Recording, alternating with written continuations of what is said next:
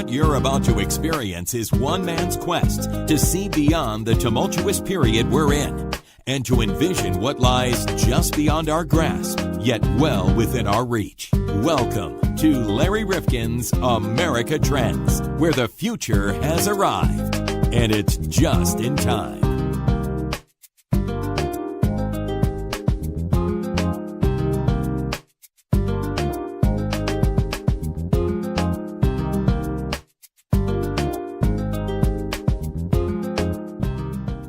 Welcome back to America Trends Podcast. Larry Rifkin, John Krofsick. We are peas in a pod, and we are in a pod, that being our podcast, John. Oh, I never thought of it that way. We're two peas in a podcast. And I'll tell you, this one is really going to hit you in your sweet spot, because whatever side of the political divide you're on, everybody recognizes that if you really want to make change or you really want to blunt change, then you have got to get involved. So we have, now this is amazing that we were able to get this young woman to our microphones, but this is a woman who ran Hillary Clinton's email campaign. Yeah, she was amazing. Now, not at the State Department, John, because you were wondering, oh, so she's the one. She's the one with the 8,000 missing emails. And that there were apparatchiks running around the world trying to get them from Russians.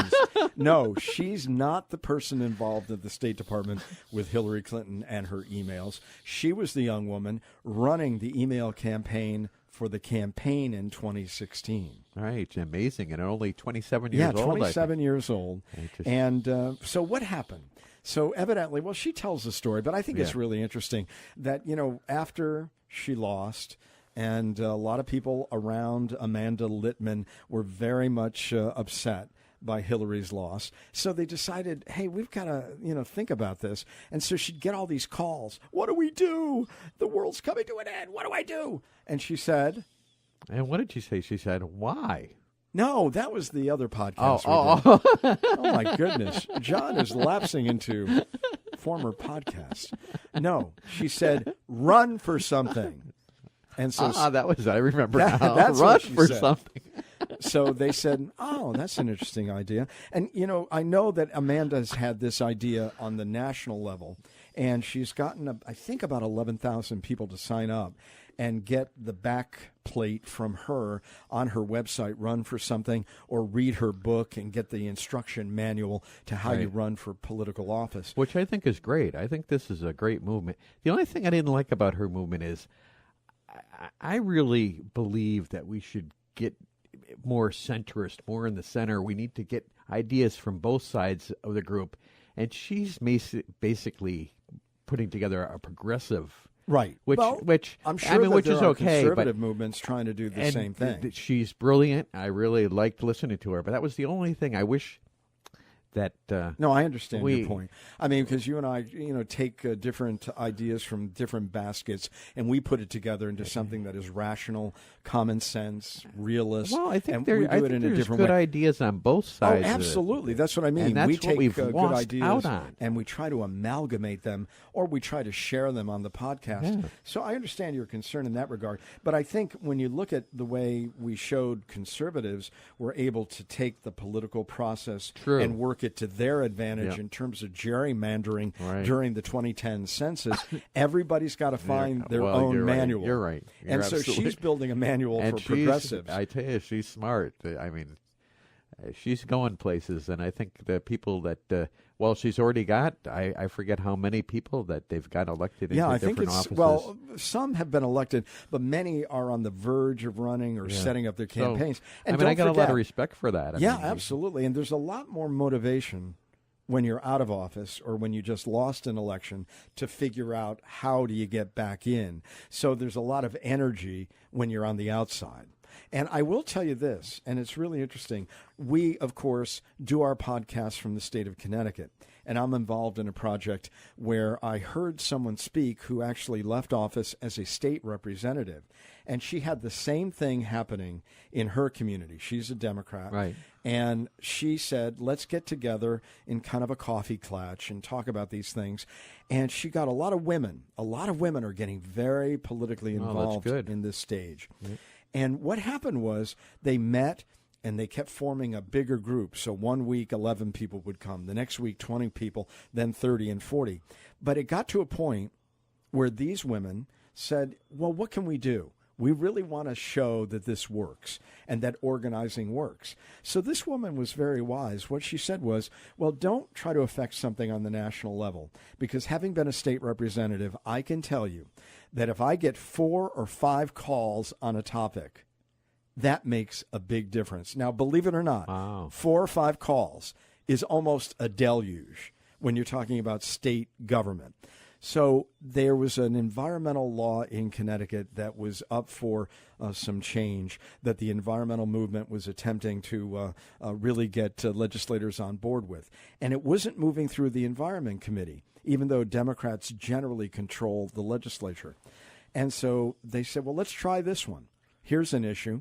So they got on the phone, they sent letters, and all of a sudden, there were legislators that they were reaching out to in their area who went to the head of the committee, the Environment Committee, and said, why are we bottling up this bill? Why is this not getting out of committee?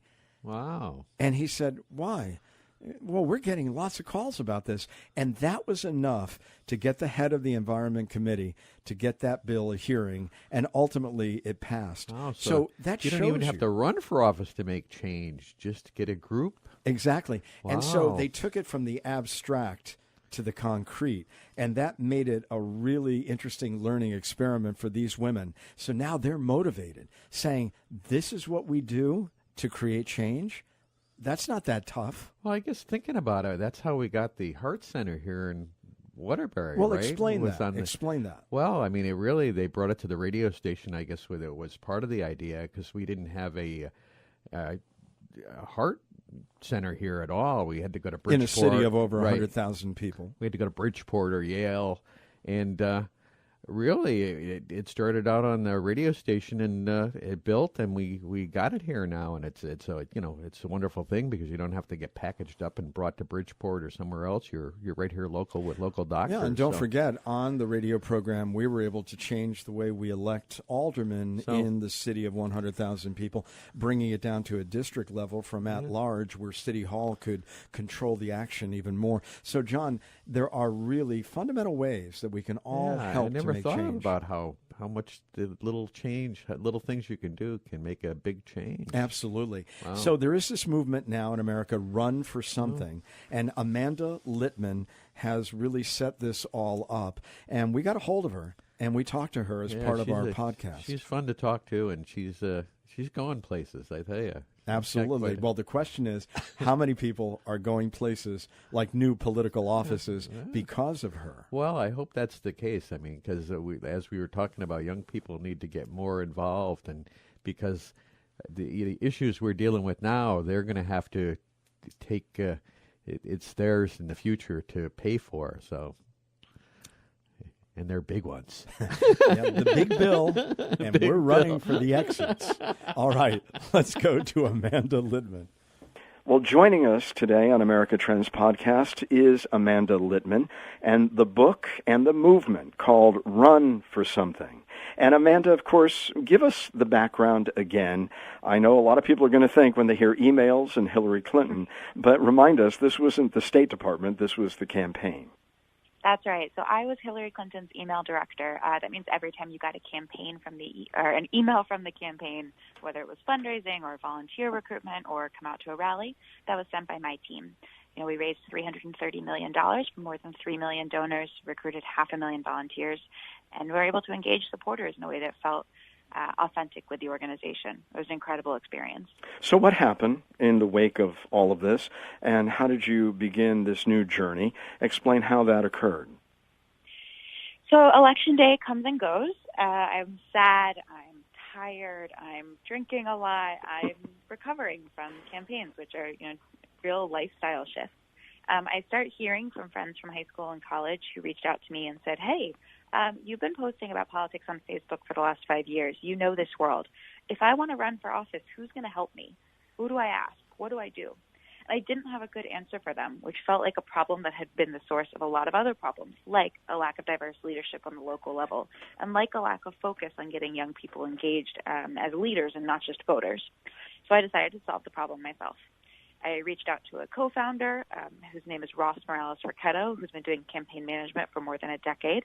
And we built an advisory board, we designed a website, we filed all the legal paperwork, and on Inauguration Day, we launched, thinking it'd be really small. We'd get maybe 100 people who want to run in the first year. Instead, since then, we've had more than 11,000 people sign up to say they want to run, and 50,000 more who say they want to help them, plus thousands of donors, volunteers, mentors, an entire support program, partnerships with more than 60 organizations, and a book, as you mentioned. Yeah, absolutely. What's been the most difficult thing to put together, and what is it that they're looking for in terms of resource support to back them up? Well, there's been a lot that has been really surprising to me about this experience, and we didn't think it'd be big, so figuring out how to scale a program quickly, very quickly, on not a lot of money has been tough.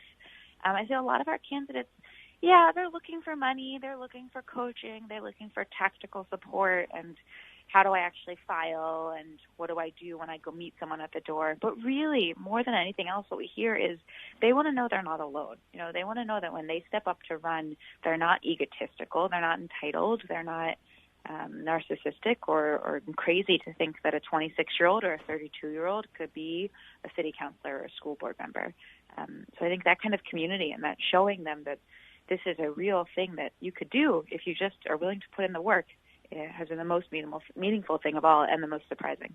Do they have to demonstrate to you either some ideological purity or that they are of a certain age? In other words, in order to get your help and support, what do they have to do? So we look for candidates who meet 4 basic criteria beyond age demographics, where that is just 18 to 39-ish, so millennial, so to speak. We want people who are progressive, whatever that means, for wherever they live. We think of progressive as a values framework. So are you pro-choice, pro-equality, pro-voting rights, pro-organized labor, pro-immigration reform? Do you believe climate change is real? Do you believe we have a responsibility to reduce gun violence? Do you believe that everyone has the right to vote? Those kinds of things where, I think for most Democrats and progressives are pretty common sense, and where we disagree are the tactics. We start with values. I don't care if you think the minimum wage should be $12 or $15. I do care that you think that's a fight worth having. So for us, it's progressive as values. Well, you also remind us... Please. Oh, I'm sorry. Oh, go on. I'm sorry.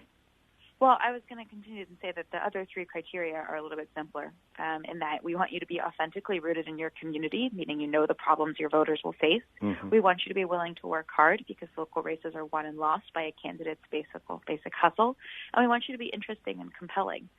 Beyond that, we're open to anyone with any kind of background and any kind of experience. Well, let me ask you, with the issues orientation that you talked about earlier, and yet at the same time you're asking people to make a difference primarily in their local communities.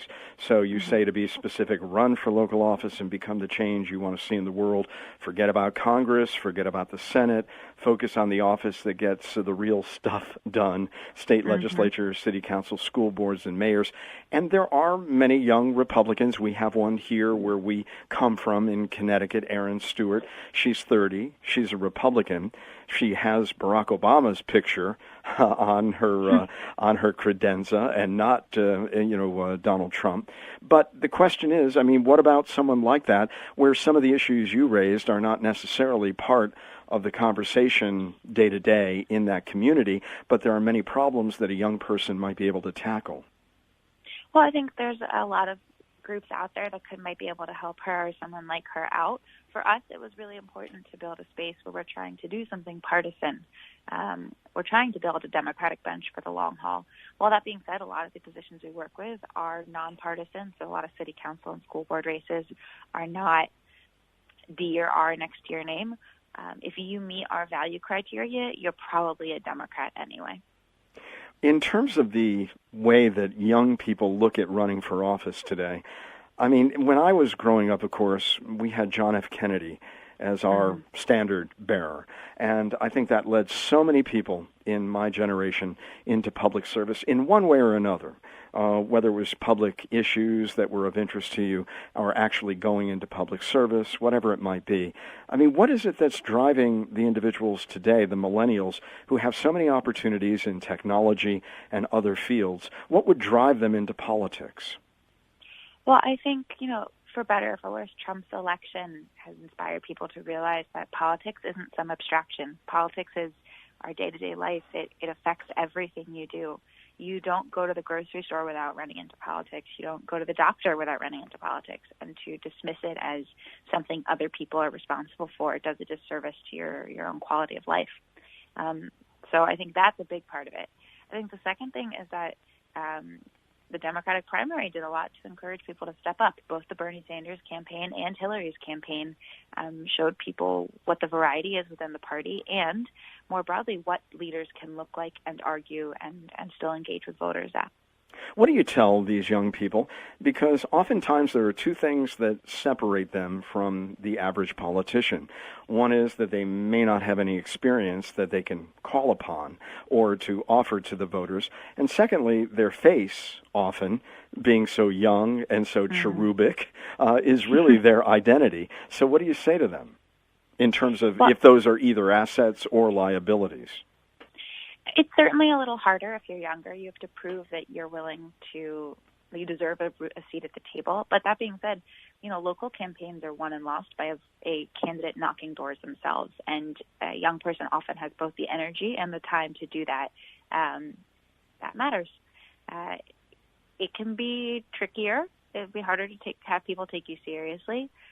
You also have a chance to activate a part of the population that often doesn't feel represented. Only 5% of state legislators are under the age of 35. There are almost no millennials in Congress. Not a single member of the Supreme Court was born before there were before the age of color or after the age of color television. Excuse me. So, our government is older than most of the voters. Not that that's a bad thing, but they just shouldn't be the only ones in the room. How do you hold up people like our own senator here in the state of Connecticut, Chris Murphy, or others like him? Because the Democrats, even though they are the more progressive party, do have an older framework these days with people like Bernie Sanders and even Elizabeth Warren and Nancy Pelosi. So do you hold those individuals out as prime examples of what's possible? I do. I think Chris Murphy is a great example. He is a younger guy. He's 44, 45 maybe, who's really making a lot of noise about the issues he cares about because he's passionate about problem solving, and he's willing to get into some fights about it. And I think that's important. That's the kind of energy that sort of a younger person can bring. I love Nancy Pelosi. I think Chuck Schumer is a really good Senate Majority Leader or Minority Leader. That just it shouldn't be the only voices heard. There's a broader part of the population that's not being represented. When we think about the problems that we're leaving behind, whether it is the climate or debt or what have you, I mean, these are things that you're going to be left with that many of us will not be here to worry as much about in terms of the length of time that you have to wrestle with them. What is it that you try to imbue in the candidates to show that concern and to demonstrate that these are problems that are ours and we're willing to inherit them and, in fact, lead on them? Is that a compelling message? It is, and I think it's worth keeping in mind that the policies that the government is really taking under its wing right now directly affect the millennial generation. We're twice as likely as boomers to identify as LGBTQ. So when there's issues affecting transgender troops or transgender kids in schools, those overwhelmingly affect millennials.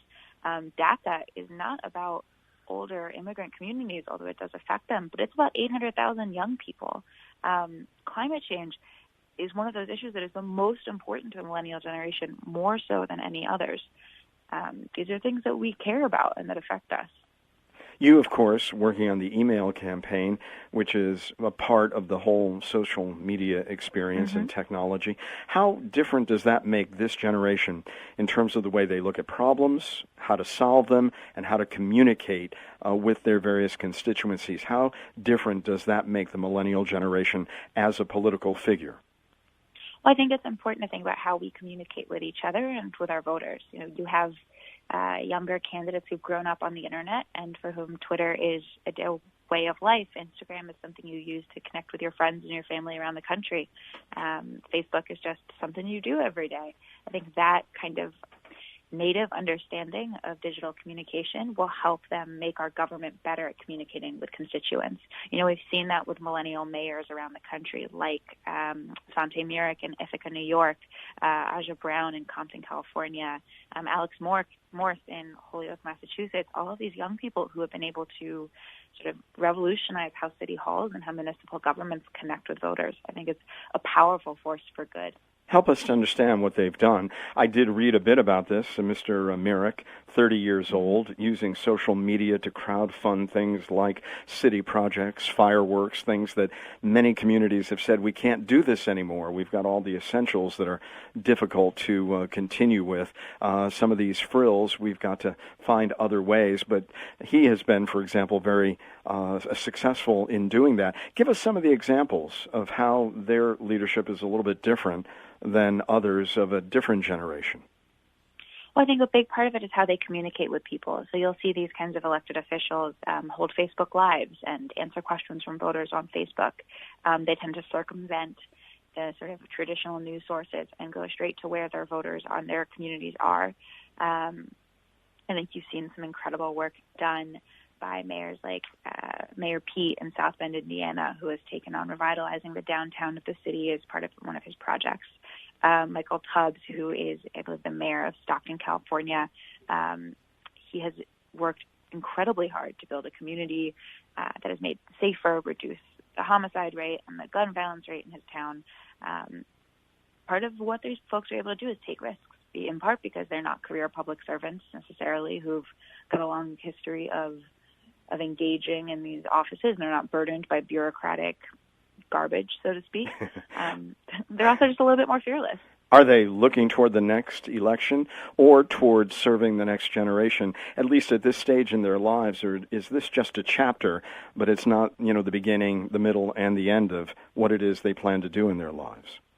I think it varies from person to person. I hope many of them continue on down a career of running for office, but that's not the goal, and that's something we tell our candidates too, is, it's not about what happens 10 years from now. It's about the problem you want to solve today and how the office you're running for will let you solve it tomorrow.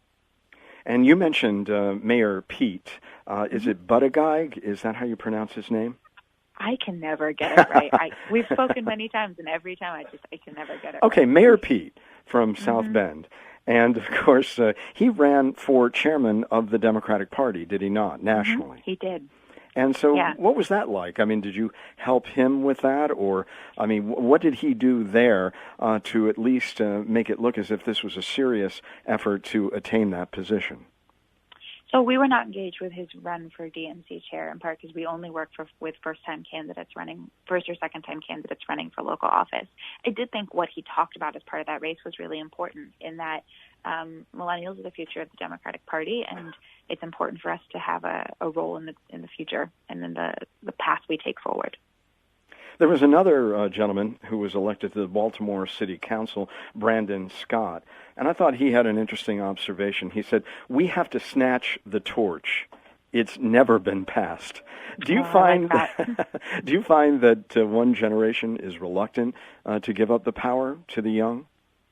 I do, and I understand why. It's, on the one hand, it's really appealing to say that I've experienced doing this. I know how to do this. Go away, young whippersnappers. You don't know what you're talking about. On the other, that's not how we build and develop talent and how we develop leadership. I also think it's worth noting that of all of these mayors across the country who are millennials, almost none are women. And that's in part because women don't get tapped on the shoulder and told you should run. And it's something we're trying to fix. Well, of the 11,000 people who have come forward, what is the gender balance in that number? For us, it's about 2/3 women and about 1/3 people of color.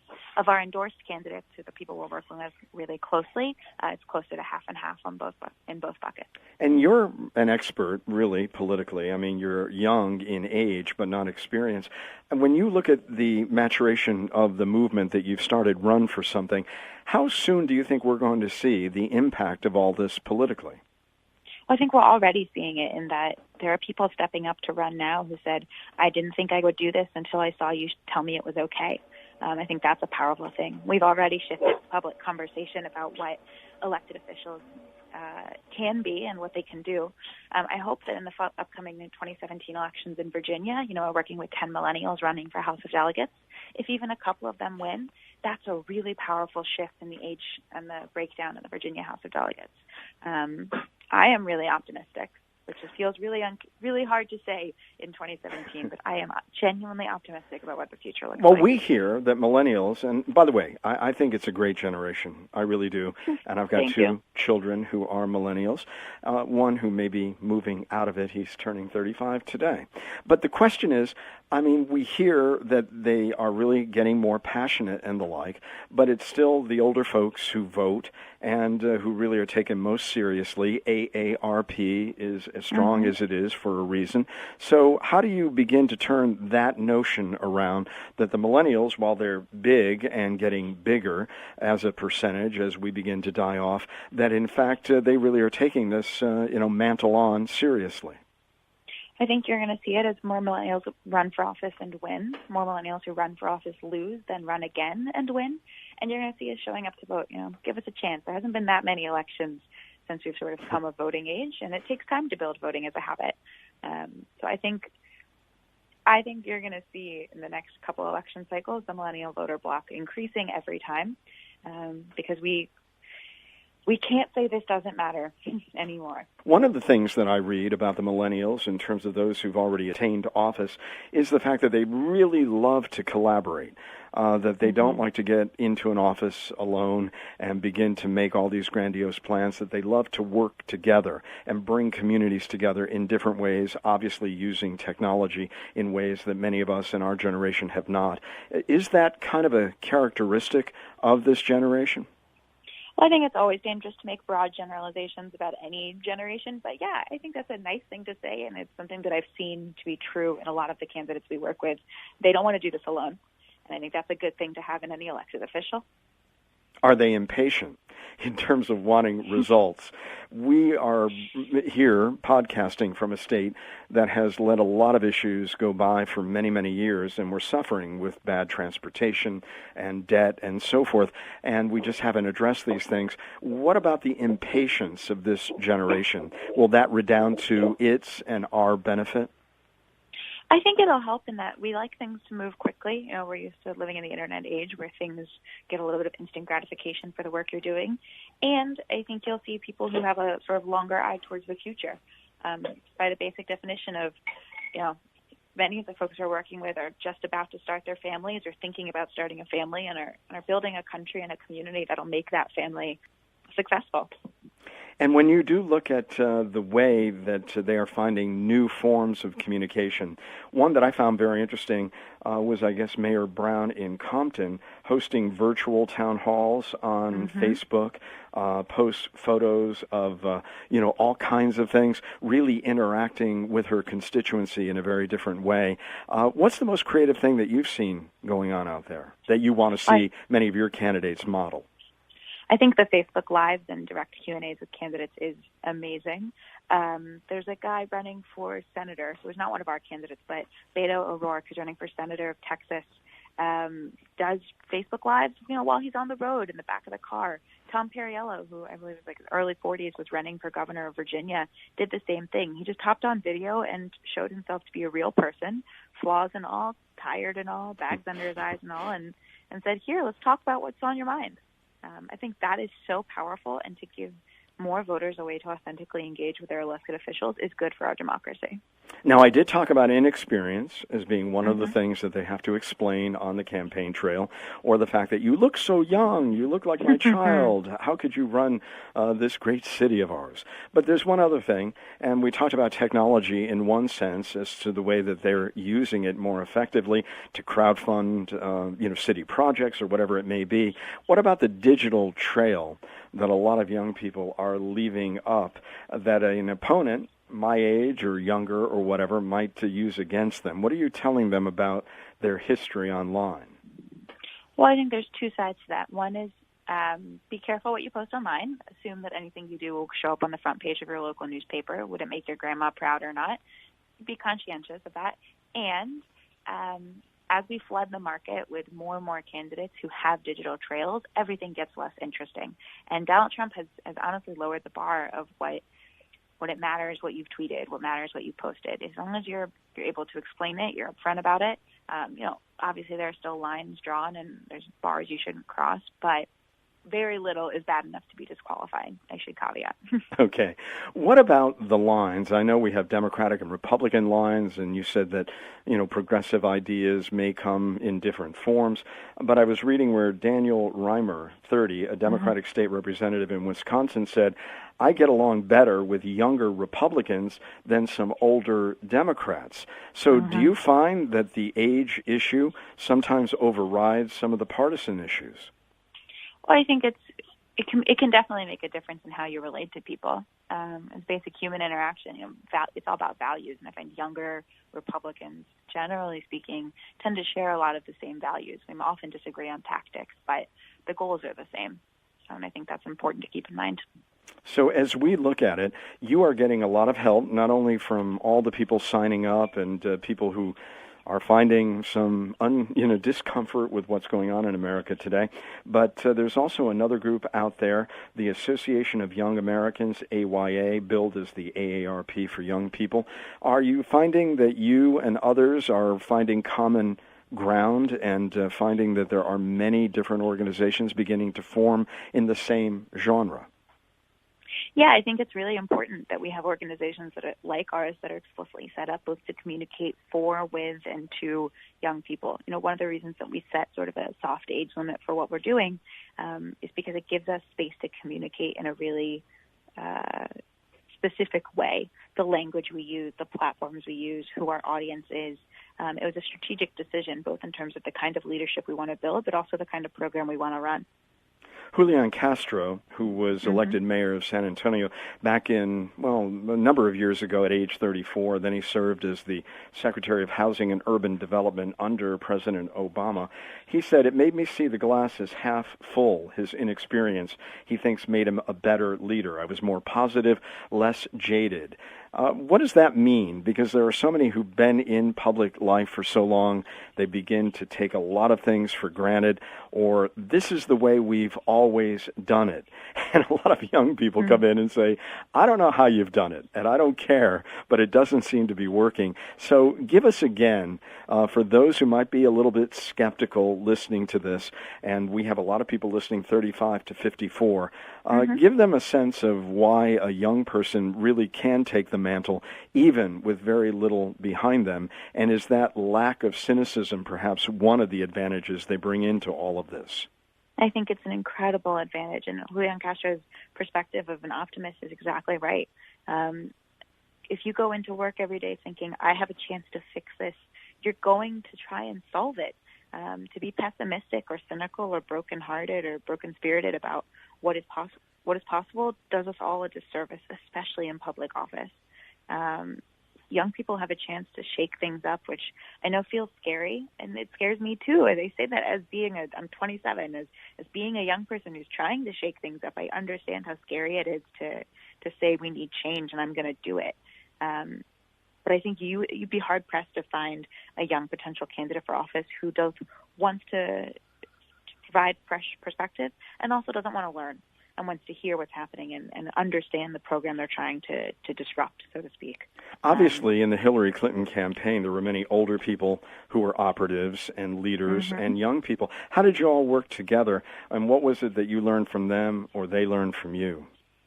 Oh, I'm lucky to have some of the best mentors and senior staffers supporting me and teaching me throughout my career, especially in the Hillary campaign. There were incredible women who were in charge who modeled what it meant to be a leader.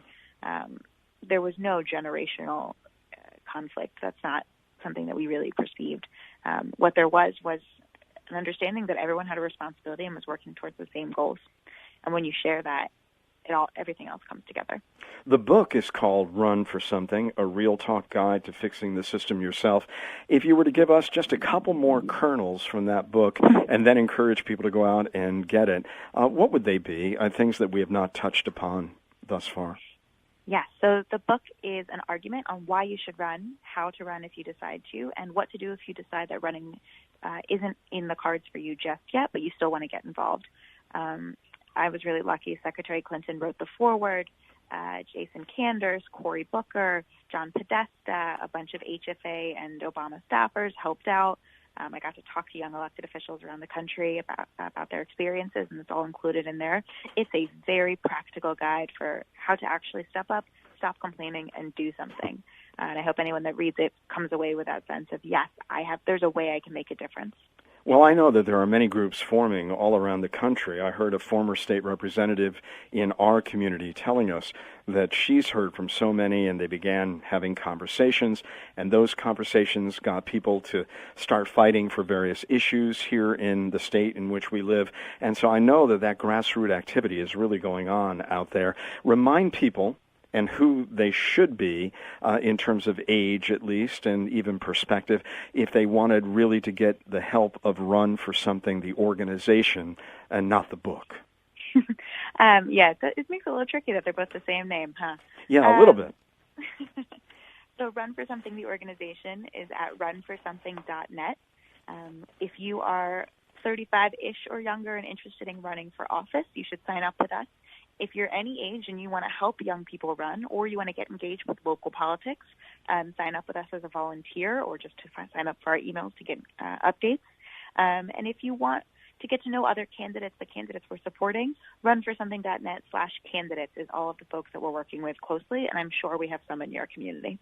Amanda Littman, thank you, and Sadie, for being part of the conversation. Though Sadie, you said, was a little bit anxious today, but she was very good. We didn't hear from her much during this, but we did hear from you, and we were grateful for that. Thank you so much, Amanda. Thank you for having me. I really appreciate it.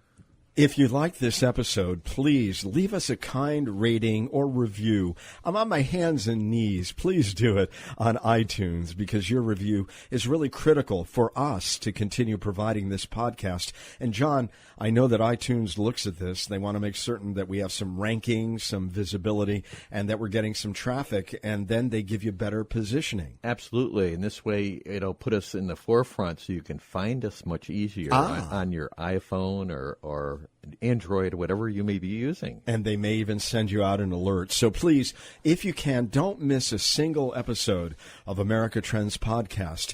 And, John, they can subscribe on iTunes or Stitcher.com. And also subscribe on our website. Oh, absolutely. We send out a little blurb, and we can also take your emails there at newsletter@rifkinradio.com. That's another way to get us. And we do not sell or share our lists. No spamming, nothing. Well, I don't know. Does anybody want our lists? I don't know, but we don't do it. Good question. Even if they asked us. Nobody's asked us. But. Right. And when you do subscribe, let us know on Facebook and Twitter. We're getting very active on Facebook and Twitter. Our handle on both platforms, and John, this is really easy, at Trends Podcast. That's it. That's real easy. You like that? Did you get that? I got that. Okay. I'm going to have to check it out now. I'm going to have to twit it. We want to thank you, of course, personally for subscribing. And we also would like to get some of your ideas and questions for future episodes of America Trends Podcast. And that's important, too, because we're all over the map. our interest editorially in the future, John, has no bounds. But we want to know what it is that you'd like to hear from us. If there was a segment that you'd like to see us follow up on, or if there's something in depth that you'd like us to deal with, please let us know that too. We're looking at the future. There's so much we can look at. Yeah, and the topics that we've dealt with, I mean, we have gotten such incredible guests over the recent period, but they're only going to come to us if they know we've got an engaged and interactive audience. Absolutely. So it's really important that you become part of this podcast in so many different ways that we're sharing with you today.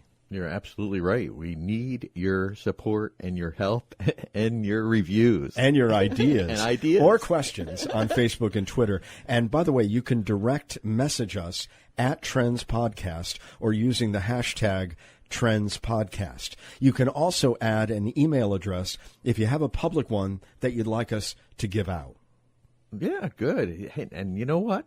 We didn't mention Amazon. Oh, yes. We have an Amazon store. Yes. And so if you go up, you don't have to buy the things that might be highlighted at that particular time. You can buy any book, and there's some benefit that comes back Just to put us. what you're looking at in the little search engine block there, and it'll take you right to Amazon, and it'll help us out. Absolutely. And it doesn't really cost you anything more because they have built that into their pricing structure. So we get a little taste and you get more programming like this and you get the item that you were looking for. So it works for all of us. It's a win-win. Absolutely. Win-win-win. Win-win-win. So for more information on America Trends and for the latest updates on upcoming episodes, be sure to like our page on Facebook and follow us on Twitter. You can find us at Trends Podcast. And again, you can find John and I here in our studio performing as best we can for you. That's right. And Let us making out. What's that? They're not going to let us out. No one is. Hey, listen, thank you so much for joining us today on America Trends. We'll see you next time. We hope to hear from you soon. Oh, by the way, we are posting all the time. And we're posting on Tuesdays and Thursdays. Good point. So just be aware, if you're looking for new episodes, they're coming on Tuesdays and Thursdays. When you wake up, before you go out on your jog or your walk and you want to take us with you, we'll be there for you. Very good. All right. Have a great day.